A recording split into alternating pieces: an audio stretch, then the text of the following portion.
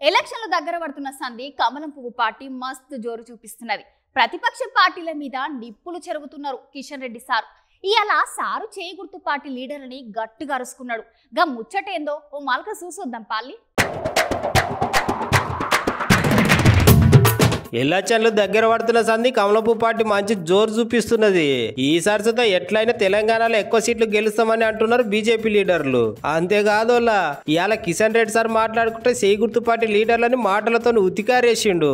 Sir ఇంకేమన్నాడో మీరు పాలు ఇన్నుర్రీ కావచ్చు, లేక 2 లక్షల రూపాయల రైతుల రుణమాఫీ ఏకకాలంలో చేస్తామని చెప్పిన విషయం కావచ్చు, ప్రతి ఎకరానికి 10,000 రూపాయలు రైతులకు అందించే విషయంలో కావచ్చు. ఇదే కాకుండా మహిళలందరూ కూడా నెలకు 2,500 రూపాయలు ఇస్తామని, నిరుద్యోగులందరూ కూడా 4,000 రూపాయల నిరుద్యోగ భృతి ఇస్తామని, గ్యారంటీల పేరుతో డిక్లరేషన్ల పేరుతో రాహుల్ గాంధీ ఆ రోజు ప్రజలకు ఊరూరా తిరిగి హామీ ఇచ్చి ఈరోజు కాంగ్రెస్ పార్టీ తమ పాత అలవాట్ల పద్ధతిలోనే ప్రజలను గారడీ చేసేటువంటి ప్రయత్నం చేస్తూ ఉన్నారు, మోసం చేసేటువంటి ప్రయత్నం చేస్తూ ఉన్నారు. కానీ ఈరోజు మనం అర్థం చేసుకోవాల్సిన అవసరం ఉంది. కాంగ్రెస్ పార్టీ గత 65-75 సంవత్సరాలుగా ఈ దేశాన్ని అనేక రకాలుగా మోసం చేసి ఈరోజు మళ్ళీ ప్రజలను మభ్యపెట్టేటువంటి ప్రయత్నం చేస్తూ ఉంది.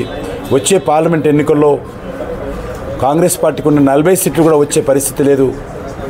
కాంగ్రెస్ పార్టీని ప్రజలు ఇప్పటికే అన్ని రాష్ట్రాలలో ఓడించారు. మిగిలిన 3 రాష్ట్రాలు హిమాచల్ ప్రదేశ్, తెలంగాణ, కర్ణాటకలో కూడా మెజార్టీ సీట్లు 90% సీట్లు భారతీయ జనతా పార్టీ గెలవబోతుంది. హిమాచల్ ప్రదేశ్లో 4 సీట్లు బీజేపీ, కర్ణాటకలో 90% సీట్లు బీజేపీ, తెలంగాణలో కూడా డబల్ డిజిట్ సంఖ్యలో కూడా బీజేపీ గెలవబోతూ ఉంది. కాంగ్రెస్ పార్టీ ఎక్కడ కూడా ఈరోజు వచ్చే పార్లమెంట్ ఎన్నికల్లో తమ ప్రభావం చూపదు. మరి రాహుల్ గాంధీ నాయకత్వం మీద కాంగ్రెస్ పార్టీ కార్యకర్తలకు విశ్వాసం లేదు, దేశ ప్రజలకు విశ్వాసం లేదు. కాంగ్రెస్ పార్టీ అంటేనే కరప్షన్ పార్టీ కింద, కాంగ్రెస్ పార్టీ అంటేనే ఈరోజు ఫెయిల్యూర్ పార్టీ కింద దేశ ప్రజలు చూస్తున్నారనే విషయాన్ని ఈ సందర్భంగా మనవి చేస్తూ ఉన్నాను.